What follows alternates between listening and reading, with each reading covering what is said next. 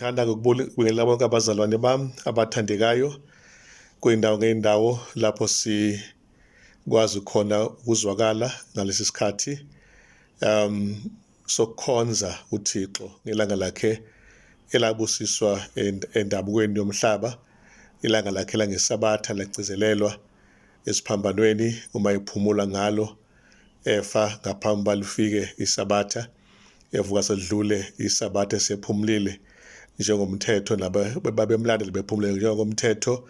Nathi-ke siphumule kwethu imisebenzi ukuba sikwazi ukukhonza sizinzile ubaba wethu uNkulunkulu osezulwini. Nginibingelela-ke bathandekayo ngalesi sikhathi nje, nginimema futhi ukuthi nithabathe izifundo zenu namabhayibheli enu nisondele sizofunda ngoba nasi isikhathi sesifundo sesifikile. uNkulunkulu abusise konke esukwazi manje ngoJesu Inkosi yethu, amen. Isifundo sethu-ke hlobo zami sisifundo seshumi, sikhuluma-ke ngokuthi iBhayibheli njengomlando, Bible as history.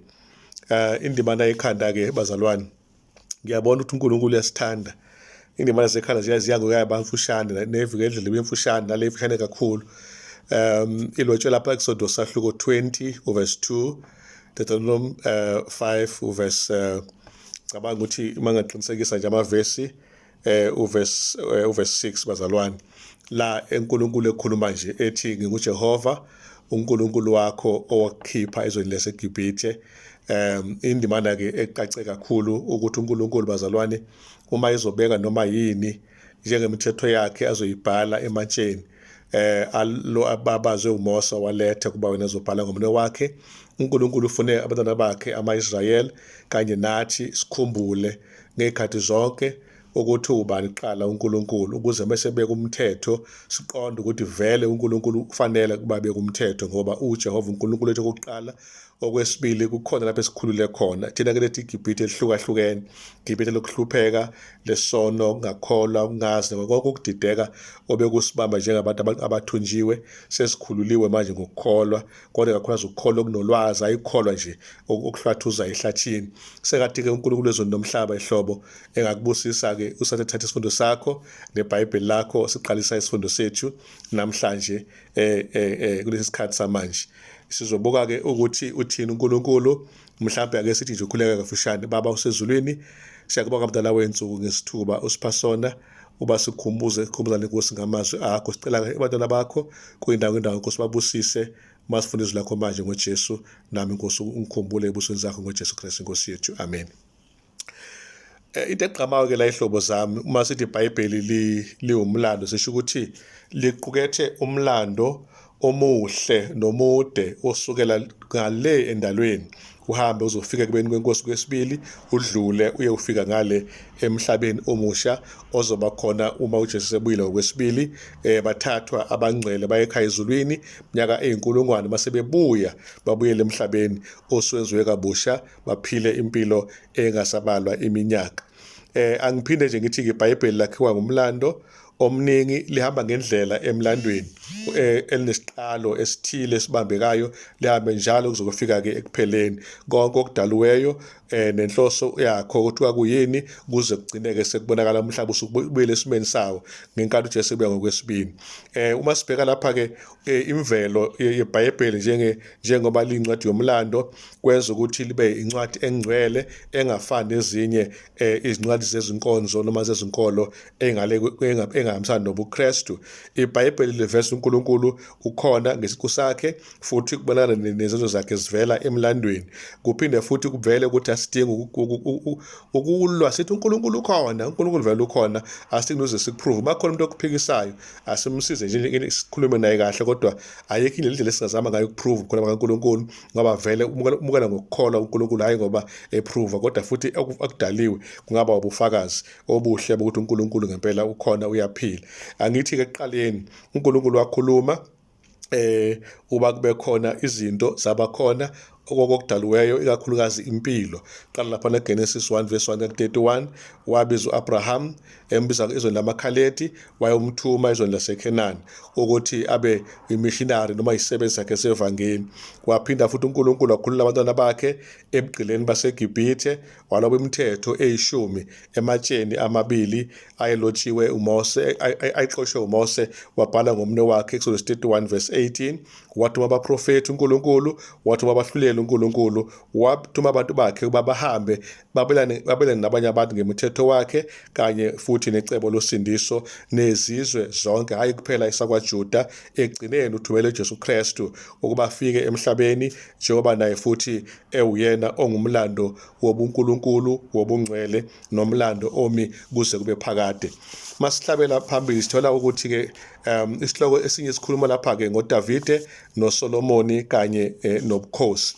Esekutholayo lapha ukuthi ngaphandle kweBhayibheli ngaba sufumana umlando kaSolomoni, kaDavide, uSolomoni nobukhosi bakwa-Israyeli.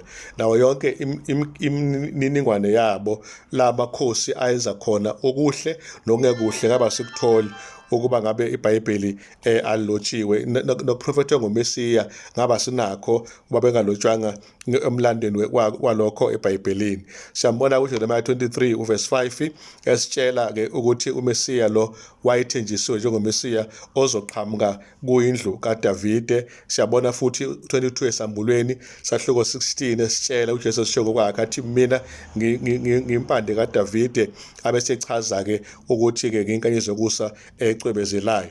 And then sithola ukuthi-ke ngokucacile umbhalo uyasinikeza wonke nomsebenzi okwakufanele kwenziwe ngama-Israyeli nezizwe zonke ey'kholwayo sishumela ivangeli kwabanye abantu. Kodwa indaba ebephezulu kakhulu kimi ilo mlando kaDavide kusukela kuvesi 1 kuye ekugcineni lapha nakokuqala uSamuel sahluko 17, la simbona khona uDavide ezoqhamuka ezongenelela impi kaSawuli isidelelwe indoda eyisichwenzi samaFilistani, igama lawo uGoliathi isiqhwaga, besizethemba sesinamava okwenza lento besifuna ukuyenza. Kungekho umuntu oqhamukayo ngapha kwa-Israyeli ukuzobhekana naso, kodwa waphakama umfana emncane, wagqokiswa ingubo zobukhosi bukaSawuli, zangamhambisa kahle bebeka eceleni, thatha izinto azaziyo, cosha amatshe amahle amahlanu, wakuthatha nesihilingi sakhe wabheka kuso isiqhwaga. Sakhuluma isiqhwaga sathi, wena incazelo nenja yini? Uphethe amatshe ushaya inja. Wayesethi-ke lo mfana, noma ukuphethe zonke izikhali ugqoke nezinto ezivikelayo, mina ngiza kuwe ngegama likaJehova. And ngempela kwaba kanjalo, waze wakhuluma umfana omncane uDavide wathi uJehova akasindisi ngezikhali kodwa ngegama lakhe nangamandla akhe uNkulunkulu uyasindisa. Sibona amandla lapho nomlando omkhulu ngaba siwazi ukuba akazange kubhaleke eBhayibhelini. Sinikeza iBhayibheli uNkulunkulu, sikeze iBhayibheli credit, inhlonipho ngomlando esibhalele wona. And sibona futhi masiqhubeka lapha sola Isaiah, Hezekiya noSenakherib. Lela ngithandile ukuthi nje kafushane uSenakherib simbona eyisichwenzi sase-Asiriya kubatala bakaNkulunkulu. Sibhala incwadi sithumela kuHezekiya. Hezekiya ugijima endlini kaJehova, incwadi uyayendlala, uyathandaza kuNkulunkulu osezulwini. uIsaiah yathunyelwa kuyena ukuthi uthini uNkulunkulu ngayo yonke lento nangayo uSenakherib ezongenelela uJehova lelo amaJuda noma abantwana baka-Israyeli. And sibona uSenakherib egcineni efelwa ngamabutho akhe angu-185,000, ebulawa ingelosi eyodwa kaJehova. Nawe uqobo simthola efa ngenkathi ekhonza uNkulunkulu wakhe laphayana, ubulawa zingane zakhe ezimbili, abafana lapha u-Adrameleki noShereza. Kwasengena-ke umfana owathatha ubukhosi endaweni yakhe, omunye umfana wakhe laphana singathi weSahadon, indodana yakhe yangenayo, wafake ngesikhathi ekhonza edumisa lo nkulunkulu wakhe. Okubonakala ukuthi uNkulunkulu wayemkhulu lo waphakade kunoNkulunkulu bakaSenakherib wayesechwense uIsrael. Into engithandayo lapha engiphuma nayo uthi uNkulunkulu ume responda siqonda emkhulekweni kaHezekiya owathi uNkulunkulu akwesisindise esandleni sakhe uverse 20 ukuze wonke Isaiah lona bakithi 37 verse 38 uthi uNkulunkulu lapha mekhuluma methandaza uHezekiya uthi uNkulunkulu Jehova awusisindise esandleni sakhe Sennacherib ukuze amakhosi onke omhlaba azi ukuthi unguJehova yebo wena wedwa. Uthi uNkulunkulu mekhuluma kuye ngoba uthandazekile ngoSennacherib shela kumele yonke lento ngempela ngecela ukusho ukuthi isifundo esingaba yesakhe zaba yesami ukuthi uma sesatshiswa itheka Jehova singesabi ngoba uNkulunkulu uyazi kodwa singakwenza ukuze kuyena uNkulunkulu sicele isibindi sibacebe laba abasabisayo nayo Hezekiya lokho kwamusiza ngendlela emangalisayo mahlabela phambili sola lapho uDaniel noNebukadnezar nakhona eBabylon kuyavela ke ukuthi inkosi lena uNebukadnezar bithanekayo nayo futhi yaba inkosi eyazi egcinephendela kuNkulunkulu umlando lotshiwe ngayo eBhayibhelini ebengizange ngiqapheleke igama likayise engilibona lapha liqhamuka ke kuthiwa ke uNebusasekhim ubaba ke lona wenkosi uNebukadnezar naye kuthiwa ke wenza kanye nendodana yakhe iBabylon laba yilento laba yiyona kodwa sibona uDaniel ke futhi waqhamuka kakhulu ezikhathini zenkosi uNebukadnezar waqhama nakekhazi amanye amakhosi amaqhubeka ke isikhathi kuyavela ke la ukuthi incwadi kaDaniel chapter 1 Daniel chapter 5 kukhona ezikuveza kafushane kuvela ukuthi uNkulunkulu wasebenzisa umfana noma abafana lapha ku chapter 1 abafana abawu4 yena uDaniel uHananiya Azariya noMishayeli bekaqasha namagama abo aseBhabheloni bakwazi ukuba bamele uNkulunkulu ngokuthi bangadli uJehova athe bangakudli uDaniel chapter 5 uzovela esechazela inkosi yaseMedo Persia eyabe isizophelela nayo umbuso sekungena umbuso olandelayo inkosi yaseBhabheloni yaxolisa izongena sekungena umbuso waseMedo Persia inkosi yadakelwa kaNkulunkulu wabhala uNkulunkulu lapha yana ubondeni mene Tekel ufasini sibona ukuthi endodakelana ke nayo futhi yaba namadodana nje basibona ke lapha omunye wabo kuthiwa uNaphopolaza and so on amagama lesingajwayele kakhulu kwasebenzisa kodwa nje kukonke kubonakala ukuthi yonke into ebiyenzeka ngoDaniel uJehova wayekhona ngoNebukadnezar nangeBabylon uJehova bekhona nasemlandweni kwalotshwa kwiBhayibheli kuba nami nawe sikufunde mase siya ke emlandweni sesifunda umlando sofunda kangcono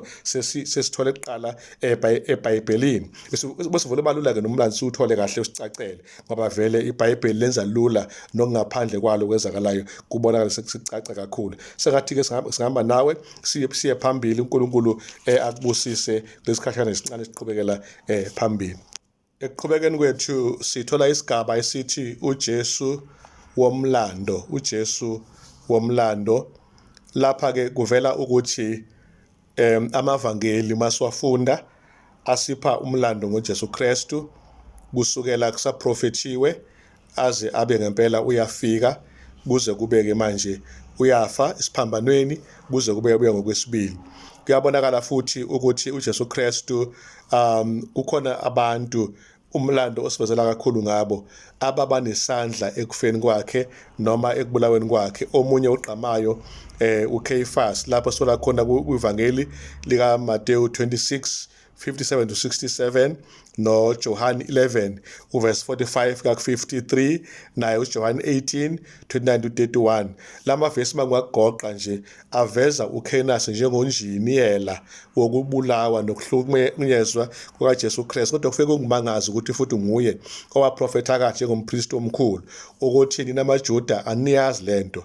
ukuthi bekufanele kufe omunye oyedwa nje nokuba kufe isizwe sonke into leyo ayenza eyiprofetha kahle kakhulu ngaye uJesu Kristu kuyavela ke uma sibheka ifakazini bomlando ukuthi uKephas engumpriest omkhulu yena owahlela itulo lokubulawa kaJesu, uyena futhi lona okubhalwe nangaye emlandweni uJosephus usibhalele usomlando wakwaJuda owayebhalela isizwe samaRoma.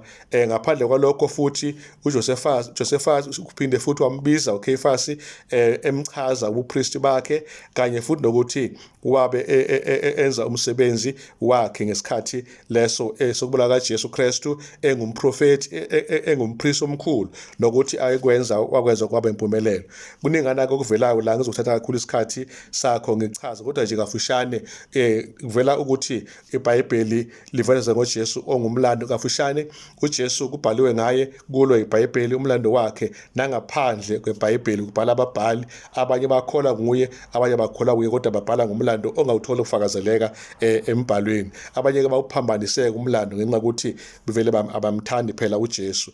Masiya phambili sithola futhi isigaba esithi ke ukholo kanye nomlando, faith and history. Hlobo sami lana ngike ngathi ukuzinza ngathi Jesu ngiyakuthanda uyamangalisa. Ngithole nje ukuthi bonke laba bantu kusukela kuEnoch kuze kophela kuSamson mabebalwa oNoah, Abraham njalo njalo, bonke benza izinto ezincomekayo ngento eyodwa nje, ngokukholwa. Ngakho ke ngifisa ukusho ukuthi kunobufakazi bokuthi emlandweni abanye bakholwa ngokukholwa kwabo bese benza izinto bengeke bakazi ukuzenza bengebona abantu abakholwayo. Lapha ke siyathola ukuthi asiphili nje esikhaleni kodwa siphila sine senza inqumo ezithile njengabantu. And so ke le inqumo lezi esizenzayo nabo nakhona kumlando wabantu bakudala kuyavela ukuthi baba nenqumo ezaba nemthelela ngisho kuyikusasa labanye. Namhlanje ngiyakhuthazeka mangifunda ngoEnoch kwaba kwenzeka ngenqumo zakhe, kodwa kulesikhathi samanje khona ukukhuthazeka ngikufumanayo nawe futhi ngiyacabanga ukuthi khona ukuthola ukukhuthazekayo uMoses nabanye. Kafuphi nje kuyavela lapha ngokomlando ukuthi sonke asiqhamuke nje, akekho phakathi kwethu engenamlando othile. Esukwenza nathi namhlanje kunomlando othile, noma singaseke sowushiya uba nemthelela mhlawumbe emihle noma engemihle kulabo abawufunda emva kwethu. Kodwa ngekufushane nje usahloko 11 isahluko sokholo, ake ngibalise kancane-ke ngokuthi uEnoch wenzani ngokukholwa. Wahamba noNkulunkulu, akabe sabona wamthatha uJehova ngakubonanga ukufa ngoba wayemjabisile uNkulunkulu. uNoah eqhushwa ukulalela uNkulunkulu walungiselela umkhumbi kwasinda abantu, kanti uAbraham ngokulalela wakwazi ukuthi abize uNkulunkulu abese ephuma-ke azokwenza uNkulunkulu ambizele khona futhi onela nendodana yakhe ngokukholwa egama lawo Isaac. Wathola-ke uSara wamukela amandla ukuthola umntwana esengale kweminyaka yokuthola abantwana ngoba wayenokukholwa. Josepha wakwazi ukuthi akhulume ngokuphuma kwamaJuda eGibhithe ngaphambi kokuthi kwenzeke ngoba wayenokukholwa. Wazi ukuthi amathamba akhe basebephuma bangawashiyi. uMoses wanqaba kubizwa ngendodakazi kaFaro, wanqaba ukuhlupheka nabantu bakuba amaHebheru kunokubusa ithutshana esonweni. uRahabi naye zangabhubhe nababhubhayo ngenxa ukuthi wakholwa, kanti futhi uSamson naye makubala amaqhawe enkolo naye futhi abese bala. Le ndaba futhi ukuthi ngiyibhekisiseke la, ngifuna ukusho ukuthi ukholo akhona nje kuphela ukukholwa kothile noma entweni ethile noma ukusabela ngokwenkolo sikholwa lokhu, kodwa ukholo luchaza imisebenzi. Lusho ukuthi ukholo ngalo sikwazi ukuqonda ukuthi kuyini ukulunga kusekukholweni la ekwenza kwethu kukwazi ukuthi kungene khona kuqule umlando. Kusekukholweni lapho ukwenza kwethu kuxhomeka khona esizweni kaNkulunkulu ngendlela eyisimangaliso. uNoah into ayenzayo iyamangalisa, wakwazi ukuphikisa ireason ne-experience. Ireason ukucabanga namava, ayethi amava ikaze imvula ize ine lento ezokwenzeka. Wakholwa uNoah wathi uma uJehova ekhulumile kuzoba njalo ngempela kwaba kanjani. Namhlanje khona bathi hayi uJesu akezokufika ngereasoning yabo nangamava abo, kodwa ngokweBhayibheli asidlule emaveni nasekucabangeni kwethu, kodwa sikholwe ukuze uNkulunkulu akwazi ukusilekelela sibe ngabalungele umbuso wakhe ozofika. Hamba nami-ke sesiya ngasesiphethweni.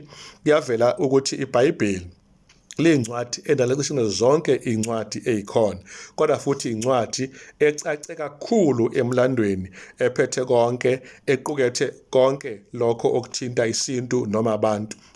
iBhayibheli iqhamuka emthonjeni ofresh weqiniso laphakade likwazile ukuba kube khona isandla sikaNkuluNkulu esigcine iqiniso leBhayibheli lingangcoliseki limsulwa zonke izikhathi. Kuyathola kanti iqiniso likwazi ukukhanyisa likhanyise kude emuva lapho siphuma khona iqiniso kaNkuluNkulu likwazi ukunikeza abantu uba bakwazi ukufumana lokho abakufunayo noma abakuseshayo kungabi yize ukufuna kwabo bese bemangala makwembuleka izinto ezinhle kangaka zakudala uNkulunkulu ayikhulumile emandulo. Izwi kaNkulunkulu liphinde futhi liqukathe amandla alele kulona lamandla lawa futhi akwazi ukusabalalisa umhlaba nezulu kululeke njengoba uNkulunkulu akubeka ngezwi lakhe emhlabeni noma ekhuluma esezulwini. Kuvela futhi ukuthi izwi kaNkulunkulu linobufakazi obuqinisekileyo ngokuvela kwezizwe nakuthi uma siqhubekela phambili umlando wonke weinhlanga eyikhona ukhona namhlanje awuphazanyiswa ukuphakama noma singathi ukubukela phansi lokho uNkulunkulu akushileyo ngoba konke akushilo uNkulunkulu ngempela kunjalo. Kuyavela futhi la ukuthi lolu lwazi leBhayibheli ilona olulwazi lokwazi uNkulunkulu. Ngamanye amagama uNkulunkulu awuzukumazi uma ungalazi iBhayibheli, kodwa mawuwazi izwi lakhe uzokushiyamazi-ke uNkulunkulu kahle bese futhi lokho kuqeda yonke inkulumo ube suba umuntu osukholelwa weneliseke ngokukholwa kwakho ngenxa ukuthi uthola ukuthi iBhayibheli lizwi kaNkulunkulu ngokufanelekile. Kuyavela la ukuthi izwi kaNkulunkulu lihloliwe noma ngayiphi indlela noma ngesayensi laphasa laba lukhulu liyibridge iBhayibheli elikwazi ukuthi-ke lisiweze emcabangweni wethu emgangathini esiyimisela yona siphakamela kumgangatho uNkulunkulu wethu asibekele wona eqinisweni. Ukwazi uNkulunkulu kukwazi izwi lakhe leqiniso, iqiniso lakhe elingasoze laziphikisa elifundisa hayi lokho kushiwo yisayensi ukuthi okuthanda ukuthi kube khona mhlambe ukuyiphikisa okuthile okwenzakalayo. Kuyavela ukuthi uNkulunkulu embulile okufihlakela khona kwaqagelwa lokho Jehova akubekile. Lapha ithi-ke mayiqhubeka kaNkulunkulu ithi-ke to the really wise scientific research opens vast fields of thought and information. Kumuntu ososayensi ohlakaniphileyo uma ifundiswa kaNkulunkulu limvula umqondo wakhe bese uba umqondo obanzi ngenxa yolwazi olutholakala kulona. Angiqoqeke ehlobo esandekayo bese-ke ngifika-ke ekugcineni. Ngakagoqi ngicela nje ukuthi ukusho ukuthi ngiyabonga mina ukuthi ulalelile lesi sifundo njengoba sivela phambi kwakho bese ngiphinda ngibonga futhi nokuthi nawe wenze nje into enhle wasifunda nemndeni wakho ekhaya isifundo besikhuluma ngani na ngeBhayibheli njengomlandi bana ikhanda ibe lapha na ke ku Exodus 20 isahluko sakhona uverse 2 no Deuteronomy isahluko sesihlanu ivesi lesibili ethe nje khona uNkulunkulu ngingujehova uNkulunkulu wakho wakukhipha eGibhithe ilokho kubalekile. Ndanike sakhuluma ngoSolomon Davide nobukhosi kwabonakala ukuthi ngempela iBhayibheli babelingakubhala ngaba sinawo lomlando uHezekiya Isaiah noSennacherib ngaba swazi lomlando kubazana labhala iBhayibheli uDaniel Nebukadnezar neBabylon ngaba lomlando swazi bazana libhala iBhayibheli uJesu nomlando ngaba sazi lutho ngaye kanyalo futhi ukholo nomlando ngaba sikubona uba bengazange kubhale eBhayibhelini. Mangiyivala ke lenkonzo ngithi njena halala kuNkulunkulu halala kimi nawe ngokubona ukuthi silamukele iBhayibheli ngoba khona amakholwa afuna ukuzojabula uma ezosonta kodwa angafuni ukulalela. Abafuna ukuzokitazeka bajabulisa imizwa yabo bese uNkulunkulu benganiqapheli ukuthi ufunani yena ngokwakhe. Kwabanye abantu ukukholwa izinto ezifunwa yibo kanti ukukholwa kukwenza okufuna uNkulunkulu ngekuzinikela nokulahla konke okufiswa yithina uma ngamsana izwi kaNkulunkulu. Sathi inkosi akubusa ke sihlobo sami uqhubeke nokukhonza uNkulunkulu ulapha ekhaya sekuzolunga asiqhubeke nokuthandazela ukuthi leli gciwane elisivalele endlini le COVID-19 esingakavuleleki kahle kuba siyokhonza ngoba sisesene nokusaba imiphumela yalo ukuthi ngahle isikhinyabeze masishane nje akasisize uNkulunkulu ayisuse lento siqhubeke nempilo enormal asivala amehlo sikhuleke. Baba sezulwini siyacela ukuthi ulwe naleli gciwane elibhubhisayo umhlaba wonke lihlulwe. Siyazi ukuthi isikhathi ngesakho namandla ngawakho sicela ke inkosi uyiveze uNkulunkulu ngenxa igama lakho siyakhuleka busa bokotana bakho abazesisifundo lesi sanamhlanje ngoJesu Inkosi yethu. Amen.